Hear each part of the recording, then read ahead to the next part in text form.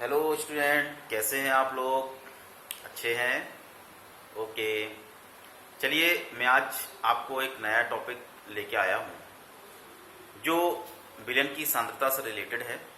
और मैं आज आपको मोलरता और नॉर्मलता के बारे में संबंध बताता हूँ। देखो, आप लोगों ने अभी तक, मैंने पिछले वीडियो में आपको कुछ सांद्रता के बारे में जिक्र किया, जिसमें आपको ग्राम पर लीटर में सांद्रता के बारे में मैंने बताया, नॉर्मलता बताई, मोलरता बताई और मोललता बताई। ये सभी जितने भी मैंने आपको सांद्रता के बारे में जिक्र किया, ये सब विलयन की सांद्रता को प्रकट करते हैं। आज मैं आपको नॉर्मलता और मोलरता में क्या रिलेशन है और कैसे निकलता है और इस पर किस प्रकार के क्वेश्चंस पूछे जाते हैं बोर्ड में, उसको मैं आज आपको यहाँ डिस्कशन करूंगा। तो बड़ा ध्यान से देखिएगा, नॉर्मलता और मोलरता में रिलेशन। देखो, एक अगर छोटी सी बात कहें, जैसे मान लीजिए हमने एक छोटा सा कंटेनर लिया। क्या लिया मैंने? कंटेनर लिया। और इस कंटेनर में क्या क्या है? एक तो विलेय और प्लस दूसरा क्या आपका विलायक।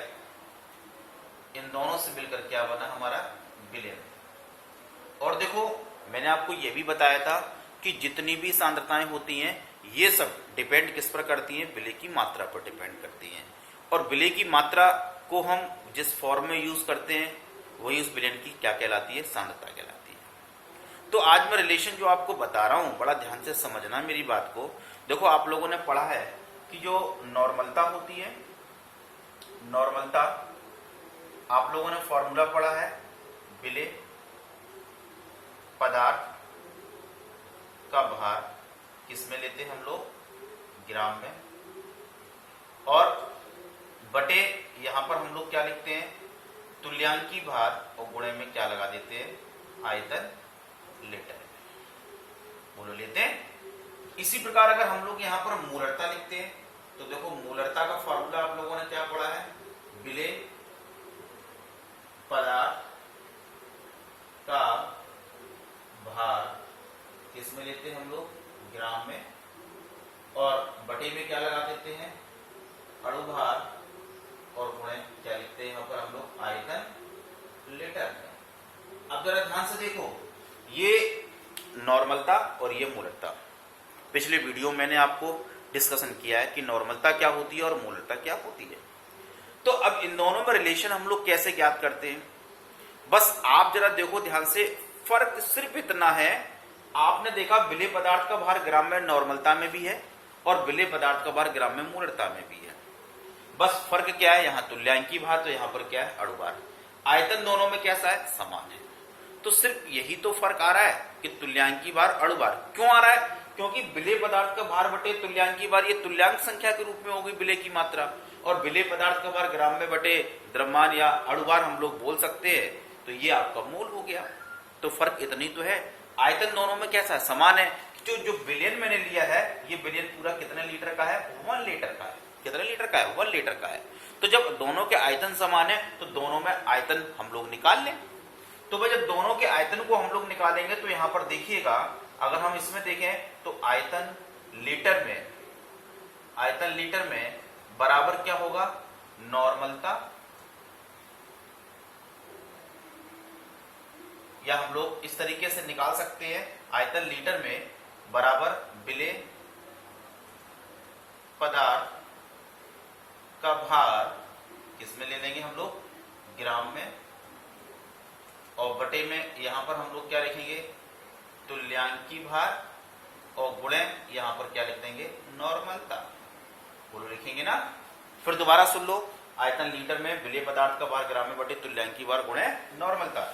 इसी प्रकार यहां पर भी अगर हम लोग निकालें आयतन, अगर लीटर की में बात करते हैं तो बताइए, यहां पर हम लिख सकते हैं विलय पदार्थ का भार इसमें लेंगे हम लोग?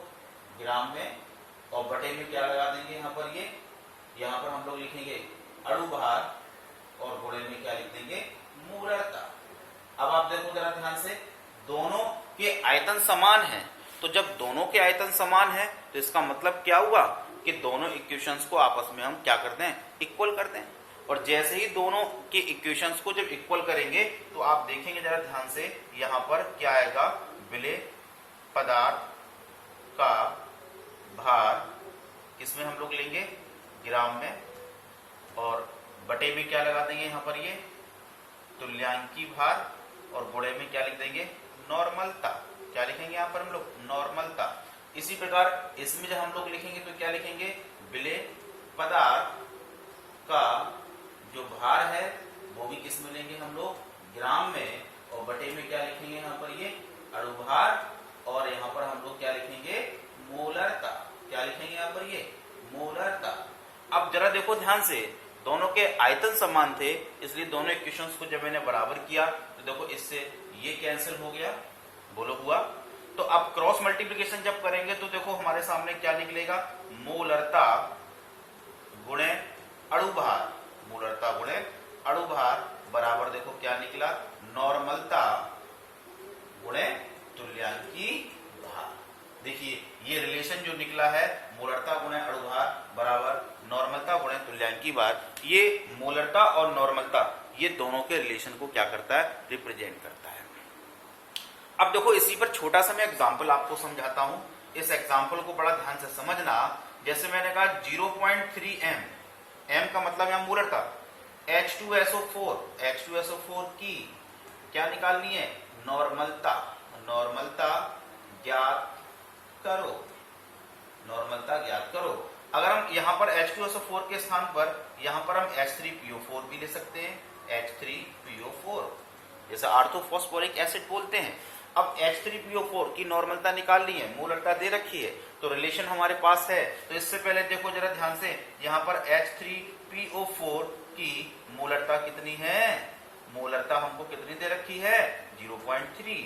तो बताओ H3PO4 का अगर हम लोग अणुभार निकालें तो बताओ H3PO4 का अणुभार कितना होगा, हाइड्रोजन का 1 तो 1 into 3, फास्फोरस 31, ऑक्सीजन 16 into 4, कुल मिलाकर कितना हो गया, यानी कि 34 और 64 मिलाकर 98।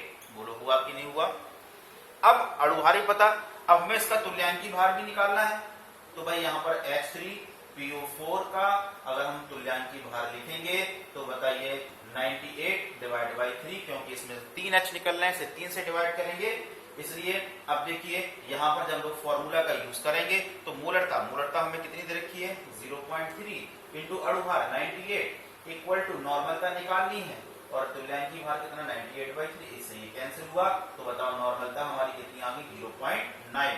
तो इस प्रकार जब कभी भी क्वेश्चन में मोलरता दी गई हो और नॉर्मलता पूछी जाए तो हम लोग इस रिलेशन के अनुसार मोलरता और नॉर्मलता में क्वेश्चन को सॉल्व करके उसका आंसर निकालते हैं। तो देखिए आज मैंने एक छोटा सा टॉपिक लिया, नॉर्मलता और मोलरता किस प्रकार ज्ञात करते हैं। तो ये रिलेशन आता है कि मोलरता गुणे अणुभार बराबर नॉर्मलता गुणे तुल्यांकी भार। ठीक है, ओके। अब मैं इसके आगे का टॉपिक, आगे का सांद्रता को डिस्कशन अगले वीडियो में करूंगा। आप हमारे चैनल डिस्कवरी केमिस्ट्री क्लासेस को जरूर देखें और उस पर नए नए वीडियोस आते रहेंगे। हमारे चैनल को लाइक, शेयर और सब्सक्राइब अवश्य करें। Okay, thank you.